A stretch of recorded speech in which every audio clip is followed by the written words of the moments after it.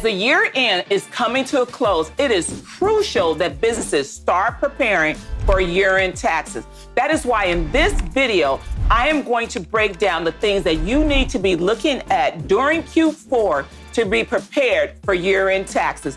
But before we jump in, I'm gonna need you to like, comment, and subscribe because you can't afford to miss out on any of this wealth-building information. Now, let's get after it.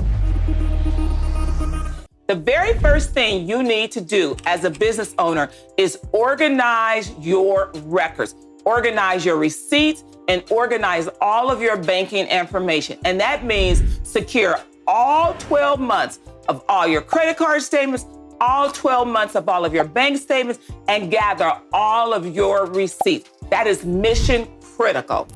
Number 2, you need to ensure that you have financial statements prepared. And I know you have not closed the year yet, but you don't need to close the year to start preparing your financial statements. Wherever you are in the year, whether it is January, February, March, October, you can do the financial statements through that period of time, have those updated, and then you can add on. What's important about that is the fact that you can see where you are. So get your financial statements going so you don't have to wait come tax time. 3, maximize your deductions and credits. And when you're doing this, you want to make sure you're getting all your deductions in. It's nothing worse than when you're in a hurry and then you go file your taxes and then you realize, oops, I forgot about this or I forgot about that. If you take the time to go back through all of your credit card statements, all of your checks that you've written, all of your transfers that you've done, if you take the time to think about how you have spent your year, you will be able to maximize your deductions. In addition, there are so many tax credits that you can utilize to reduce your tax bill. And I want you to remember, my friends, tax credits are dollar for dollar. If I can get an educational credit, a child tax credit, a child care credit, I can use that credit to offset the tax that I owe. Credits are invaluable, so make certain you look for any credits that you may qualify for. Step 4, review your payroll and your benefits. Now, when I say review your payroll, if you are a business owner, should you have taken payroll? Are you a S corporation or a C corporation? You may need to get your payroll ran before the close of Q4 because it's a requirement that you have payroll when you are a corporation. So you want to make sure you do that. You want to make sure you're registered with the Employment Development Department or whatever revenue department in your state. You want to make sure that you get that payroll ran so that you can get the W-2s issued and you can also file the payroll tax returns. In addition to that, what benefits do you need to make sure you have so that you can run them through the company as well? So look at your payroll and your benefits before you close out Q4. Step 5, evaluate your retirement contributions. A lot of you are not thinking about retirement, and I can understand, but I will tell you the one thing that you have is the benefit of time. There's this thing called time value of money and compounding interest. When you are able to contribute a little bit to your retirement today, whether it's $50 a month, $100 a month, or $50 or $100 a year, that compounding effect of interest is really going to help you in the long run, and it's going to allow you to get a tax deduction today. We always want to make sure that we're reducing our tax bill today, and we will let tomorrow take care of itself. So make sure you review your retirement contributions. Number 6 is estimate your tax liability. I know you guys are like, oh my gosh, don't think about that. No, you have to. It is time that you estimate your tax liability for the entire year. Even if you're not finished making all of your money for the year, even if Q4 is the biggest influx of your revenue, you need to estimate what your Q4 is going to look like, and you should already know what the remainder of the year actually is. And why it's important to estimate your tax liability so that you will know exactly where you are right now. You can make better decisions on how you're going to spend your Q4 money.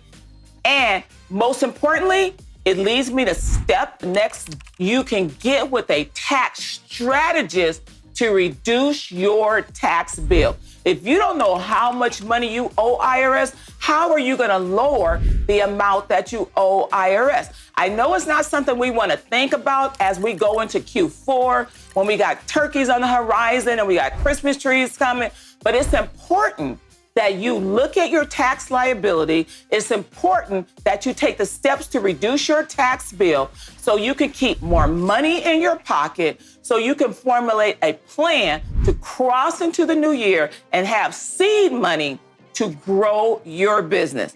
At the end of the day, having a business is mission critical because that means that you can provide for your family. But knowing how to prepare for year end and minimize your tax liability is essential to the growth of your business.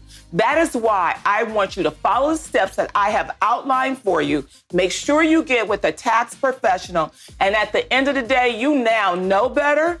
You absolutely have to do better. You can no longer wait until January through April to be looking at your taxes because you know what to do right now. You also know it's time to like, comment, and subscribe so you don't miss out on any of this wealth building information. Now, go get after it. As a bonus, I want to talk to you about my 12 by 12 system of how you can get organized for tax time.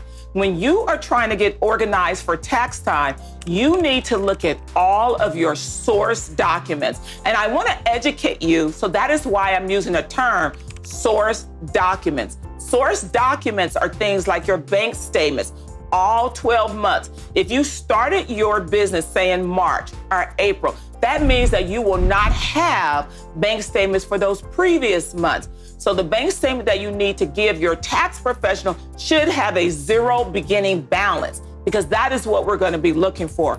However, gather all 12 months of your bank statements, gather all 12 months of your credit card statements, and then you want to go through them 1 month, 1 day per month, 12 days, 12 months. Go through January on 1 day. Look at all of your January expenditures from your bank statement. Categorize them. You did some transfers of money. You paid your photographer a certain amount. Go through and allocate all of your expenses. Go through your credit cards and grab all of your expenses. And go through your calendar. Why do I say go through your calendar? Because that will remind you of the things that you did during the year. That will remind you of the mileage you had on your vehicle. So take 12 days and do 1 month each day. It doesn't need to be 12 consecutive days. It just needs to be 12 days. You don't want to overwhelm yourself by trying to do 2 months on the same day. For you ambitious people, just do a little at a time. Give your brain a chance to relax and think about the next day's worth of information that you need to pull together. When you do that, I guarantee you, you will remember tax write-offs that you have forgotten about. You will remember to ask your tax professional about certain aspects. And something else that you're gonna wanna do is write down any questions that come to mind. This is so important because too many of you are rushing into your tax person's office, getting stuff done the night before. It is a disaster. Yes, I said disaster. It is a disaster and it's totally disorganized. Therefore, we are not able to spend our time helping you reduce your tax bill. All of our time is spent trying to help you get organized. The organized person is going to have the lower tax bill.